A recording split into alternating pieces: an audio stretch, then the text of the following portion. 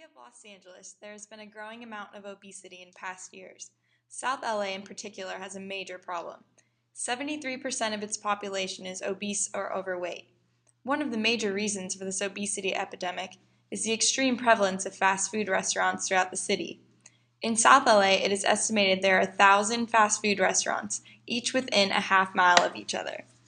Los Angeles has been working to fight these obesity issues in a number of ways. Obesity causes a multitude of health issues, including stroke, heart attack, coronary heart disease, type 2 diabetes, among others. The issue in South LA is the majority of people suffering from these health issues cannot afford to pay for insurance, because 60% of people don't have health insurance, which leads to their bills being unpaid and the hospitals losing money. Hospitals are then forced to raise prices for insurance companies, and insurance companies raise their rates the insured pay for. Good morning. I would like to welcome everyone for joining us this morning, and thank you all for being here at our council meeting. Today we're mainly going to discuss the 2008 policy from South LA that put a ban on the further development of fast food restaurants in an attempt to reduce the effects of obesity. The reason we're going to revisit this policy today is to better address the externality that was overlooked that has been affecting the insured members of our community. We've invited two experts with us that are here today, and they're going to provide their opinions on the effectiveness of this policy, as well as offer some other options to better address the externality at hand.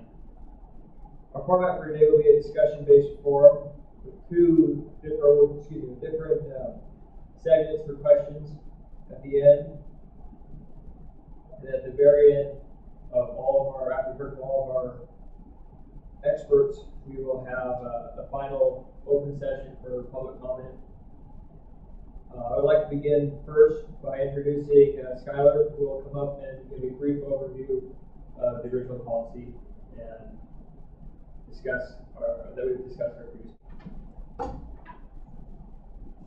Good morning.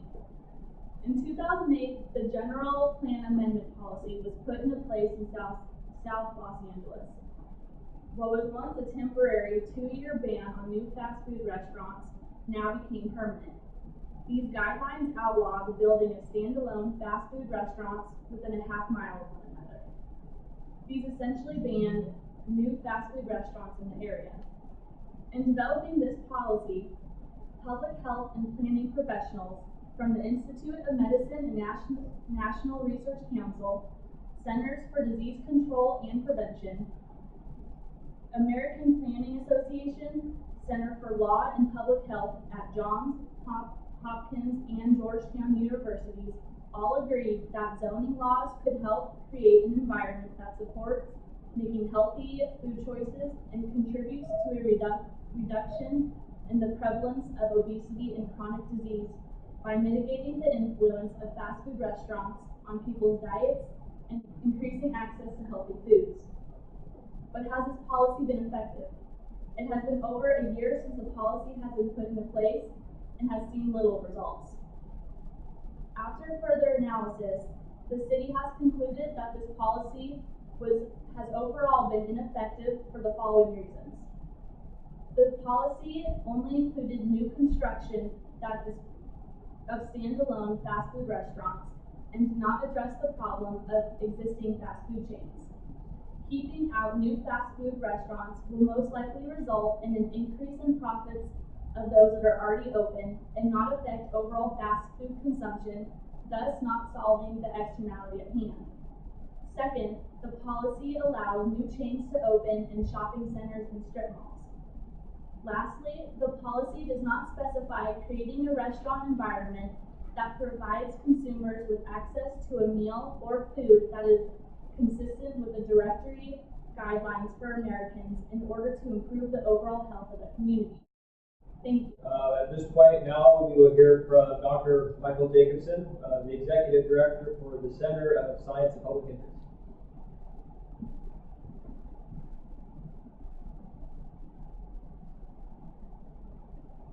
South Los Angeles is already so saturated with fast food restaurants that a ban on new ones might not have much of an effect at all. It'd be far more productive for the city to provide incentives for supermarkets and farmers markets to make healthy food more accessible to local residents.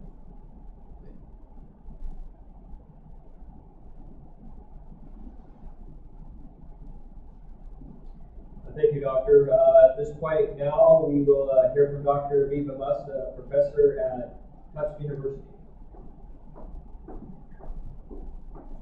Hello, thank you for having me. This policy represents an important first step in environmental approaches to eating well.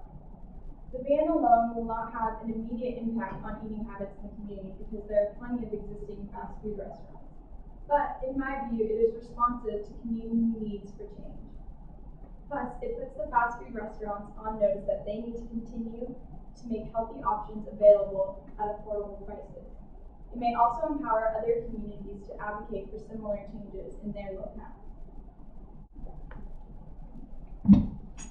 At this point, we have a group of individuals who have been drafting a new potential policy that would like to present their findings with us today.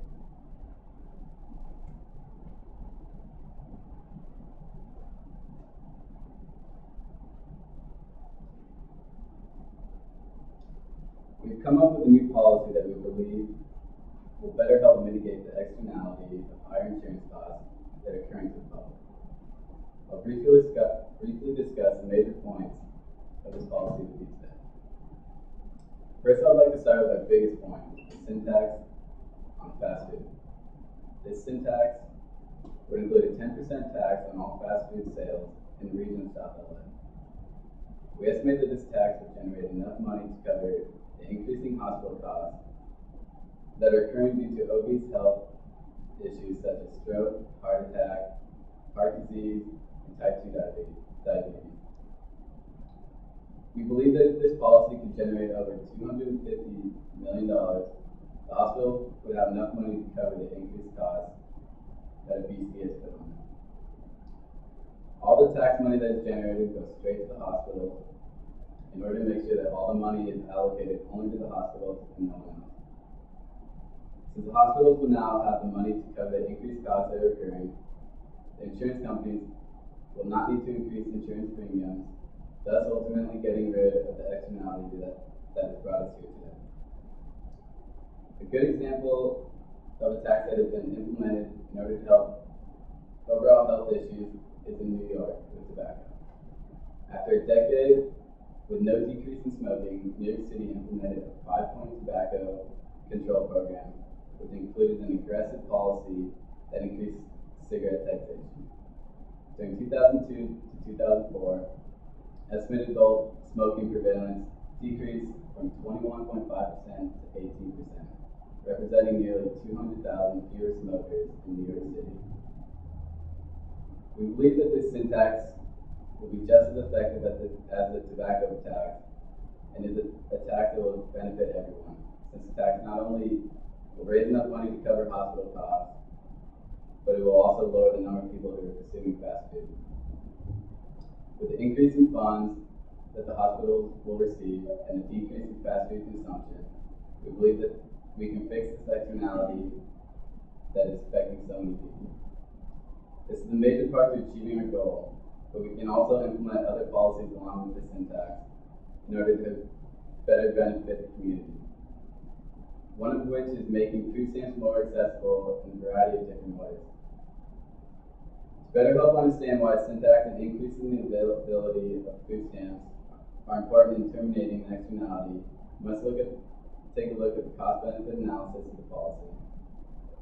I would now like to introduce my colleague, Mr. Chris Berg, who will give an overview on the cost-benefit analysis of implementing this policy. Good morning. So before deciding to put this policy into effect, it's important to figure out how effective it will actually be. A good analysis of the policy is crucial to allow us to make sure to enforce the correct policy by keeping costs to a minimum and making sure that the benefits are actually present. Our policy goal of decreasing obesity to in turn reduce the externality of rising insurance rates could be achieved through a number of different policies. We truly believe that a sin tax on fast food restaurants in the area will result in our end goal the most efficiently. So there are various costs that are associated with applying a sin tax on fast food. The first cost would affect the fast food companies and their attempts to stop the tax from happening. These are known as lobbying costs. If there were a tax enacted on a fast food system, the owners of fast food chains across the world would do everything that they could to decrease this cost, or decrease this tax, or stop it from happening to keep their revenues as high as possible. For example, after a sin tax or fat tax was put on soda and other beverages, fast food companies stepped in to do everything they could to keep that sin tax from affecting their high-calorie foods. From 1998 to 2004, the fast food industry spent under $30 million on lobbying fees, which seems like a lot of money, but in the overall picture, it's not that much. However, as soon as they saw a sin tax put on sugary beverages that could also affect their revenues, fast food companies' lobbying fees increased exponentially to as close as $80 million in 2010. That's almost double what it was before, so clearly they would do a little bit something to decrease the tax. So that's the first cost. There's also going to be a cost forced upon the people that have no choice but to continue to buy the cheap fast food. Fast food restaurants will likely raise their prices, which will take even more money away from these low-income areas. However, the second portion of our policy related to making food stamps more universal would give these people a healthier, less expensive alternative. This would decrease the cost put on low-income areas and at the same time offer this healthier alternative. There will also be administrative costs of this new tax. There are a number of costs associated with drafting a new policy that would also have to be taken into account. Lawyers would need to be hired. All the money needed to get this policy passed would also need to be taken into account. The city would also need to address the fees that are related to collecting the new taxes. Now I'm going to kind of go into the benefits, which we really believe are extremely beneficial and definitely outweigh the costs. First benefit will be related to the amount of additional money flowing to the hospitals. Money raised by this sin tax would completely and fully be allocated back to the hospitals in the area. Every last penny and no less than that would be allocated to hospitals that are seeing their rising costs. More money would allow the hospitals to run much smoother and potentially stay open if they were being forced to close. This would help with our externality of the rising insurance costs because with lower costs of hospitals, insurance premiums would also drop when they negotiated their new prices. The second benefit is the huge decrease in the amount of money spent by hospitals to fight obesity-related issues. If this sin tax were to work how it was supposed to, it would decrease the rate of obese people by deterring them from eating these unhealthy foods. People who are suffering from obesity and those who are not would be much healthier. This would decrease how often they became sick and increase the amount of time they could spend at work.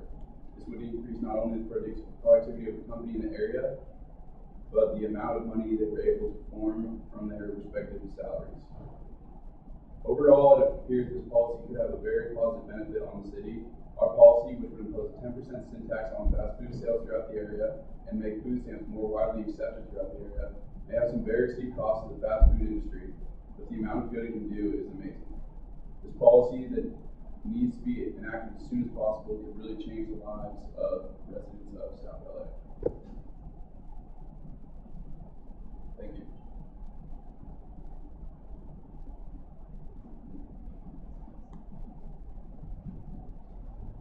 Thank you very much. At this point, concludes our information session. We will now open up the public comment session and entertain any questions on any of the materials we presented.